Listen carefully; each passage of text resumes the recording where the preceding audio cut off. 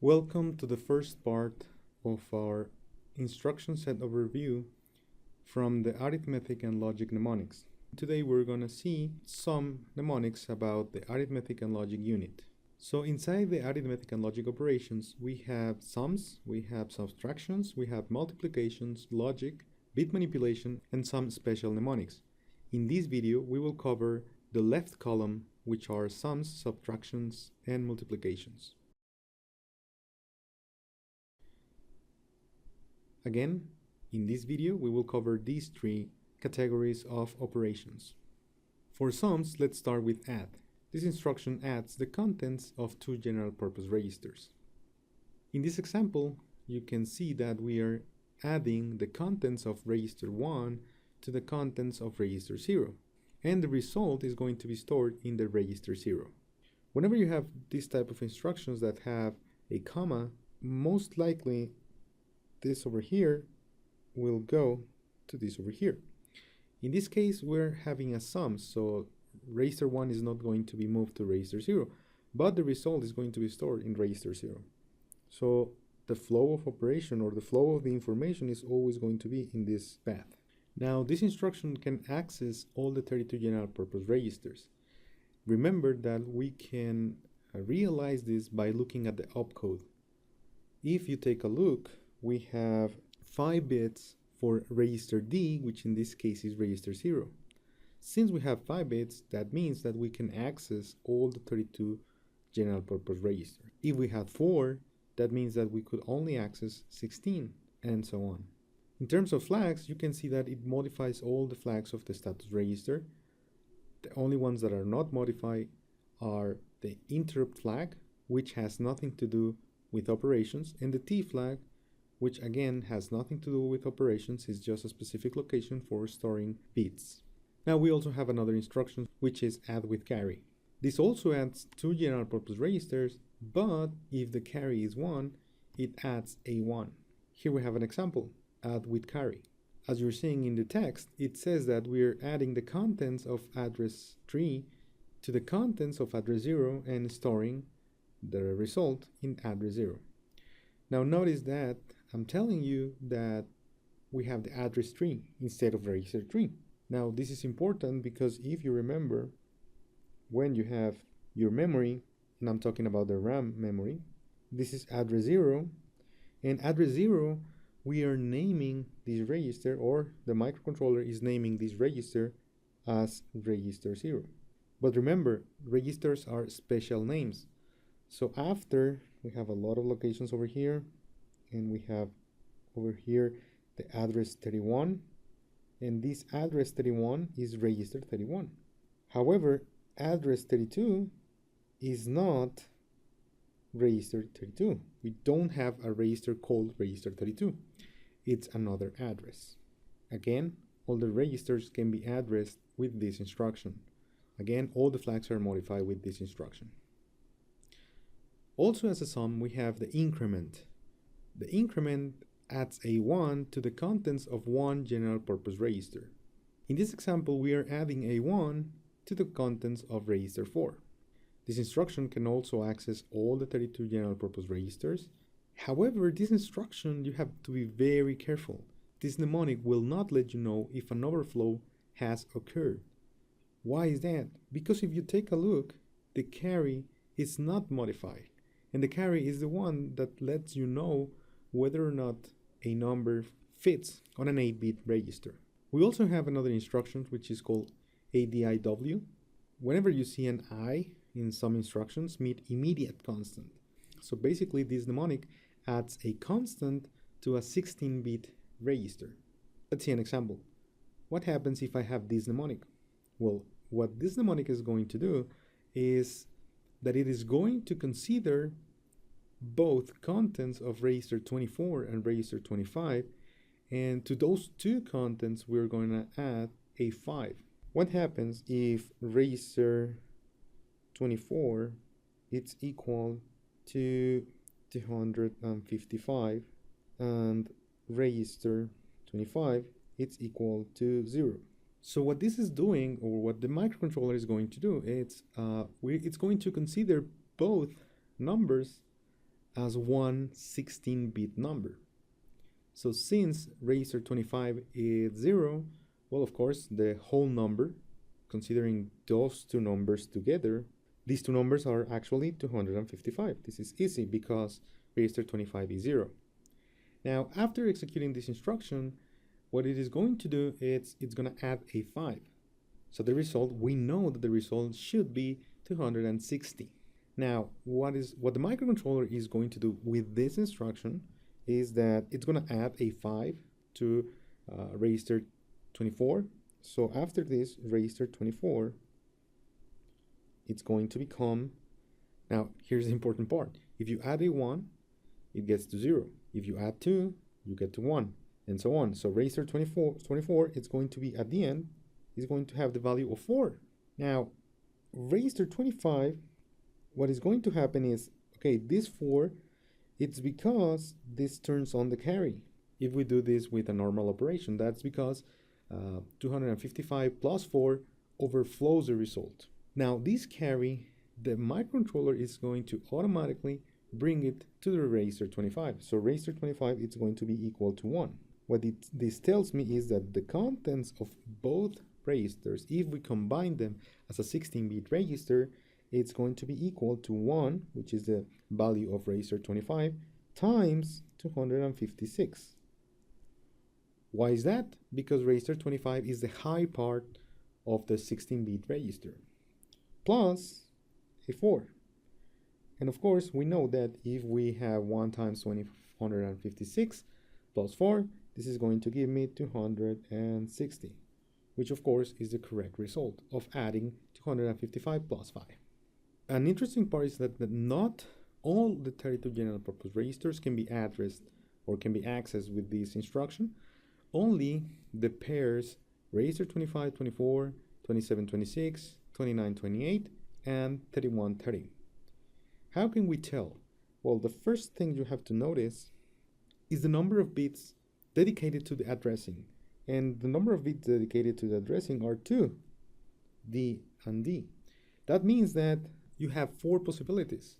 And the 4 possibilities are the ones I'm showing you over there. Register 25, register 24 would be one choice. So if I want to choose that, I'm going to put 0, 0 in these 2 bits. What happens if I want to address or access register 21 and 30? Well, I'm going to put 1, 1 in these 2 bits. Another thing that you can notice is that the immediate constant is limited to a max value of 63. Again, you can look at this, or you can realize this by looking at the opcode and checking the constant k. And finally, the flags are all modified, except the half carry flag, which, by the way, if you take a look at the left part, the increment also does not modify the half carry flag. Now, what about subtractions? Well, subtractions are very similar to the sums. However, we have some differences. The difference is that we don't have the 2 bottom instructions that we have in subtractions. We don't have, for instance, an instruction that is called ADDI, and we also don't have an instruction that is called ADCI. However, they are very easy to understand. So first, let's start with the sub. Basically, subtracts one register from another. Subtract with carry, well, it subtracts 2 registers, but if the carry is 1, it also subtracts a 1. So the instruction would be register 2 would be equal to register 2 minus register 3 minus the carry. This instruction can access all the 32 general purpose registers, these 2 instructions, as you can see in the video. Now let's go to the sub with immediate. Well, the sub with immediate, we have here the example, which are subtracting a 5 from register 16. And with carry, we have an example, which is subtracting the value of 255 to the register 17. The difference is that these instructions, these 2 instructions, the ones with the immediate, can only access register 16 to register 31. And of course, you can see that in the opcodes. We have another subtraction. Well, we actually have 2 others.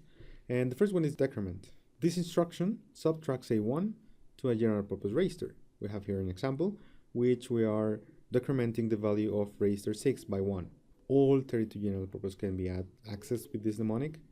And again, this will not let you know if an overflow has occurred. We also have the SBIW. This instruction subtracts a constant from a 16-bit register. Again, here we have an example, register 31, register 30. So these two registers combined, well, we are going to subtract a 63 from these two registers. And the carry is going to be handled automatically by the microcontroller. The same happens as the ADIW. Not all the 32 general purpose can be accessed, only 4 choices, the same as ADIW. And again, the constant is limited also to a value of 63. Finally, let's talk about multiplications. For multiplication, we have 6 mnemonics. So first, let's see the multiplications of integers. When we have this instruction, which is mul, the operands are considered unsigned integers. When we have MULS, the operands are considered signed integers. And finally, for the MULSU, we have the first operand is considered signed, and the second operand is considered unsigned.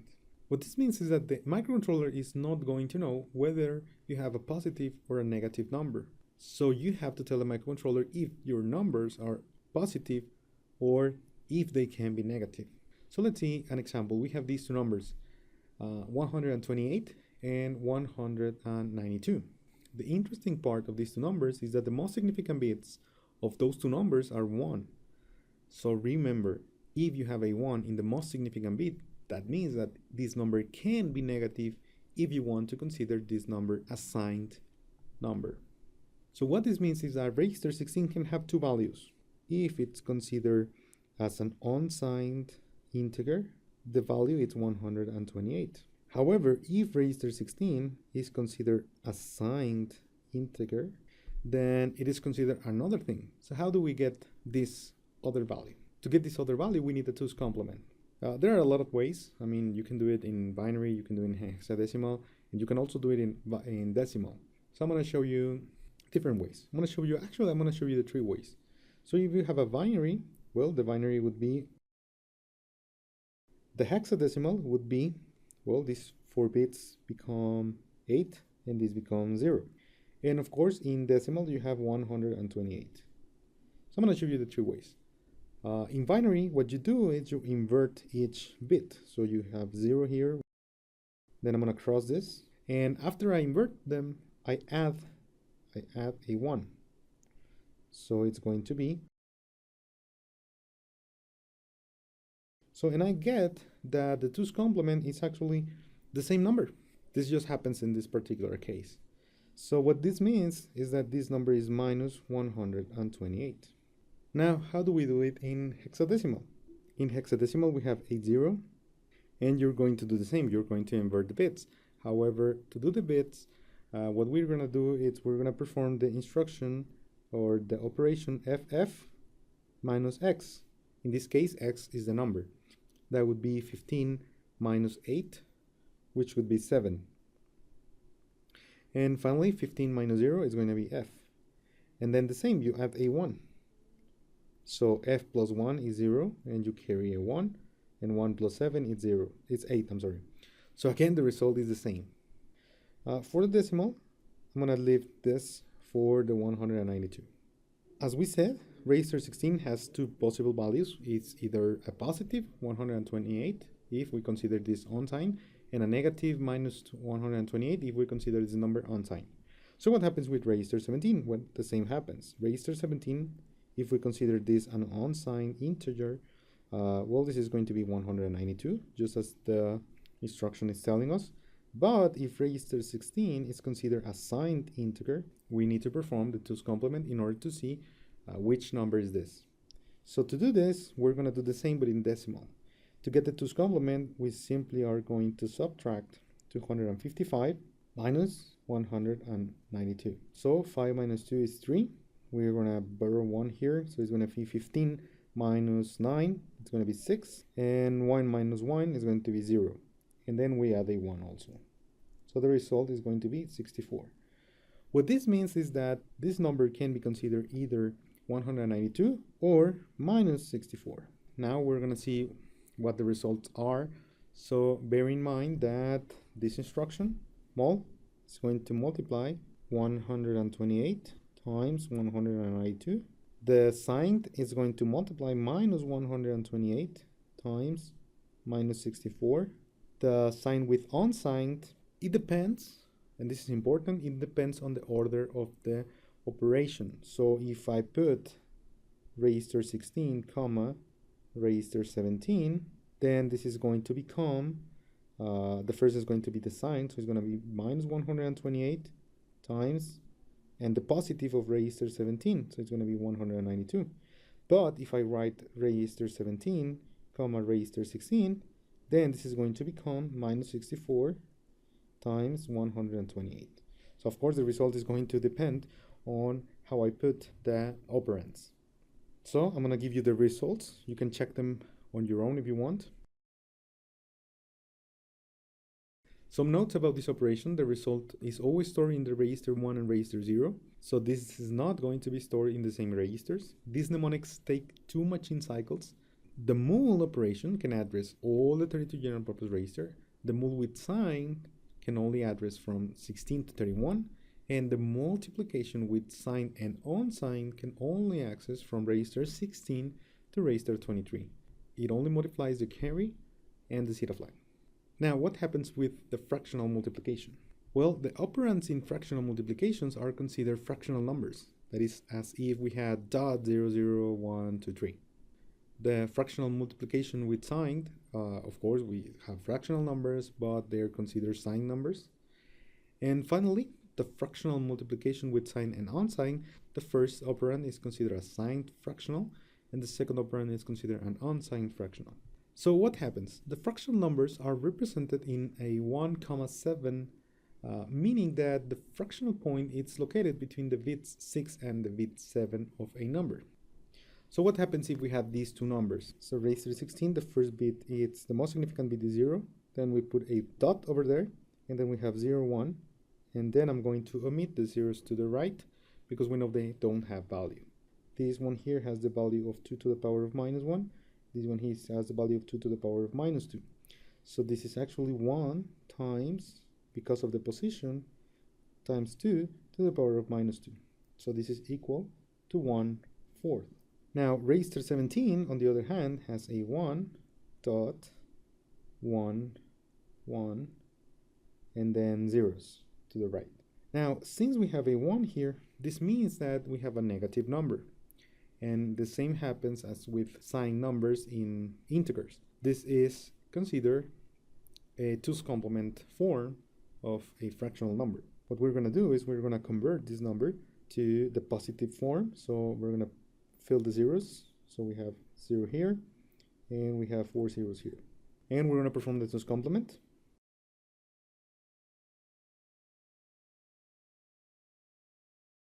So what we're seeing here is that actually we have the same number as we had on register 16. So we don't have to get the value. We already know this number is equal to dot 25. So what that means is that register 17 is actually equal to minus dot 25. So if we have that and we perform dot 25 times dot 25, we're going to have that result. This one would be 1 times 2 to the power of minus 4. So this should be equal to dot 25 times dot 25. You can check that on your own. If we have fractional multiplication, well, the result will be the same, because even if we have minus, well, this is because we have 2 times register 17. Take a look. So it's minus dot 25 dot minus dot 25. That would be equal to the same. And finally, if we have a minus dot 25 times dot 25, well, this would be the result. Again, this is a 2's complement form. I recommend that you change this to a positive number and check if the result is correct. The result of this operation is always stored in register 1 and register 0, and the format is represented in 1, 15. So actually here I made a little mistake on purpose. This is not the complete result. The result, for instance, if we check this one here, the result would be 1 dot, and those are 8 bits. And here it's telling me that we have 16 bits, so the actual result has another 8 bits. This would be the actual result that you would get. And this one here would be in register 0, and this one here would be in register 1. This instruction also takes 2 machine cycles, and these 3 mnemonics can only access from register 16 to register 23. The flags, only the zeta and the C flag are affected. That's it for this video. On the next video, we will see the instructions about the logic, manipulation, and special instruction. Thanks for watching. See you next time.